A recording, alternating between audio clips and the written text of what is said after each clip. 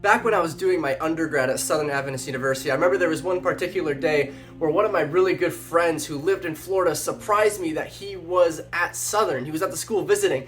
And I remember I was actually at my parents' house at the time, which is pretty close to Southern. And I jumped up out of my couch when I heard the news, and I immediately just ran towards my parents' car. My car was in the shop at the time, to my parents' car, and I started driving towards Southern. And I was taking some back roads, but I had driven them so many times. I knew these back roads like the back of my hand. I knew exactly how fast I could take each turn. I knew exactly where I needed to turn, and I just knew this route so well because I had driven it so often. But on this particular day, I was a little excited, and I will admit, I was going a little faster than I usually do. I was driving a little bit too fast. I was very excited to see my friend. And there's this one corner on this route to Southern. It's a pretty sharp turn. It goes around this way. And I remember I was coming up on that turn, and I was like, I can take it a little bit faster this time. And I started going around this turn, and all of a sudden, this side over here went off the road. And I turned my wheel to get back on the road, and then I started shooting off to the side into the other lane where there was a big ditch on this side of the road. I'm sure you see where this story is going. And I'm barreling towards that ditch, and I sling the wheel, and I, to go the other direction, right? And the car starts to drift, and at this point I'm like, wow, this is cool, I'm drifting this car. But I realize very quickly that I'm not coming out of this drift as I'm heading straight towards this ditch. And as I hit this ditch, I actually go airborne a little bit and pop up, and the car pops up and does a little bit of a half turn and lands this way, not this way, this way in that ditch. It took me a second to pat myself down. I felt like I was okay as I saw my life flash before my eyes and everything. And I was like, okay, no, I'm okay. And I remember getting out of that car and grabbing my phone, which was in my pocket, to make the call to my parents that I had wrecked their car. I pick up that phone, I start making that phone call, and as it rings, my dad picks up and says, hey, are you all right? Didn't you just leave? And I said, Dad, I'm so sorry. I crashed the car. It's in the ditch. I think it's totaled. I'm not sure. The windshield is all cracked. The side of the car is in the ditch. It's all smashed in. There's dirt everywhere. It's all messed up. And I'm going on and on about how damaged the car is. And my dad says, son, stop. I don't care about the car. Are you okay? And I took a step back and I said, yeah, I'm okay. But Dad, I'm so sorry. I wrecked the car. I'm so sorry. He said, son, I forgive you. I just want to make sure that you're okay. We'll come pick you up. Forgiveness. It's a really powerful thing. I don't know what else word you want to use there. It's a very powerful idea. Forgiveness. A very powerful act. Thanks for tuning in to this week's Sabbath School Short. We are looking at lesson number 10, which is titled Jacob, Israel. And this Sabbath School lesson this week talks a lot about this idea of forgiveness. And we're really going to focus on that concept of the forgiveness that Jacob received during his story. We're continuing his story through this week's lesson. And the memory text for this week is found in Genesis chapter 32, verse 28. And it says this, and he said, your name shall no longer be called Jacob, but Israel. For you have struggled with God and with men and have prevailed. Last week we left off this story of Jacob where he's with Laban and he'd worked 14 years for his daughters so that he could marry them. Didn't mean to work 14 years. He was deceived by Laban, right? Just as he had deceived Esau in stealing his birthright, which was not what God wanted him to do, taking matters into his own hands. And he deceives Esau and takes his birthright from him.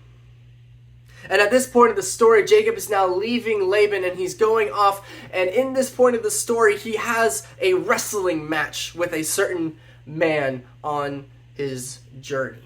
Jacob is greatly distressed. He hears that Esau is coming after him with 400 men, and he's scared because he's thinking that Esau is coming to kill him, and he is terrified. And to top it all off, he camps one night, and then all of a sudden he finds himself wrestling with a certain man.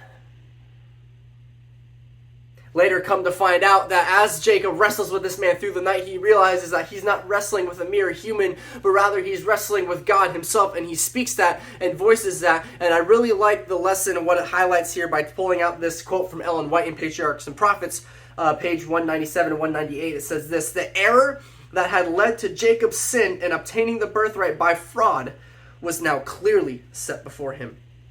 He had not trusted God's promises, but had sought by his own efforts to bring about that which God would have accomplished in his own time and way." It's very interesting as Jacob is wrestling with God. He doesn't have the power to prevail. He doesn't have the power to beat this person. They're wrestling for so long, and he's trying to do everything with his own efforts and all of these kinds of things, but he just doesn't seem to prevail as this fight prolongs and gets longer and longer and longer. And then all of a sudden the story says that the man that he's wrestling with touches his hip and it lodges out. But during this whole thing, Jacob is suddenly realizing that, hey, this man is not just any ordinary man, and he's clinging to him, he's holding on to him. He says, "I will not let you go until you bless me." I feel that this is a direct call, a prayer that Jacob had towards God as he's wrestling with him. "I'm not going to let you go. Bless me. I'm not going to let you go until you forgive me." The lesson highlights this, and God grants him that request after they wrestle, and he blesses Jacob, and he changes his name from Jacob to Israel. And this is incredibly significant. And this is what the lesson says about it in Sunday's lesson titled Wrestling with God. It says, "And the evidence that he had been forgiven was the change of his name from the reminder of his sin," Jacob, when he deceived Esau, reminder of his sin, "to the one that commemorated his victory. Your name," said the angel, "shall no longer be called Jacob, but Israel. For you have struggled with God and with men, and have prevailed." Jacob's name is changed from Jacob to Israel as a reminder, a constant reminder as now he goes on through the rest of his life, that he is not defined by his sin, but rather he has been forgiven and now has a reminder of his victory in the name of God, for he struggled with God and men and prevailed. Yeah, it took him a long time to wrestle this man, but he prevails, and God gives him a new name. It's a beautiful story. And then Monday's lesson continues the story as he wrestles with God, and now his name is changed to Israel. Now he meets his brother Esau. And thinking that Esau is on his way to kill him, he's terrified, he's scared for his life. He's got 400 men with him. Instead of coming to a man who is out to kill him, Israel now comes to a man who's ready to forgive him, and does so. What relief that he probably experienced in that moment when Esau said, "I forgive you."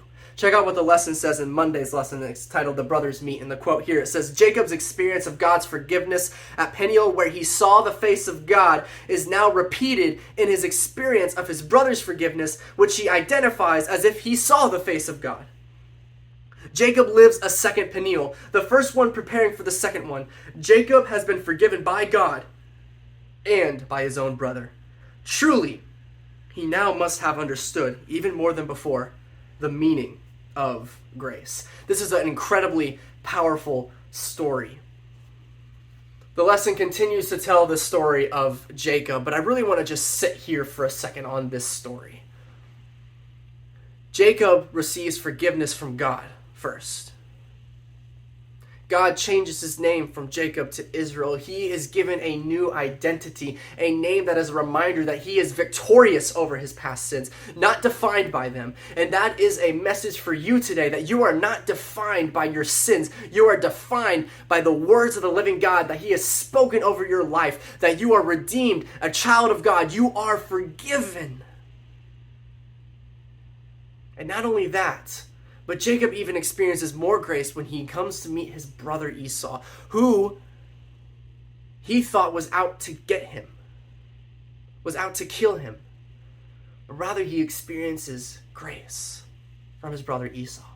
And this serves as a reminder for us today that we have the power, because we've been forgiven by God. We have the power now to forgive others. And as we forgive others, so we become a testimony of the grace that we have received by God, so that we can be evangelists for God by forgiving those around us for the wrongs that they may have done to us, by extending grace to those that have wronged us. We have a calling that's put upon our lives, and Jesus says this in the New Testament. I say to you, forgive him 7 times 70. The message behind is that there should be no limit to your forgiveness. Extend grace, extend forgiveness, because God Almighty has forgiven us, and we have a mountain of sins that need forgiveness. But he has forgiven them all because of his infinite love toward us. So I hope this story in the Old Testament found in Genesis that our Sabbath School lesson is going over gives you encouragement today to know that you are forgiven by God and you've been given a new identity. You are a redeemed, precious son or daughter of the living God. And I hope that that message inspires you then to reach out and forgive others so that they may know that they are not only forgiven by you for the wrongs they have done to you, but they are also forgiven by God. And they have a new identity that God has spoken over their life. Thanks for watching this week's Sabbath School Short. We hope to see you on the next one. See you then.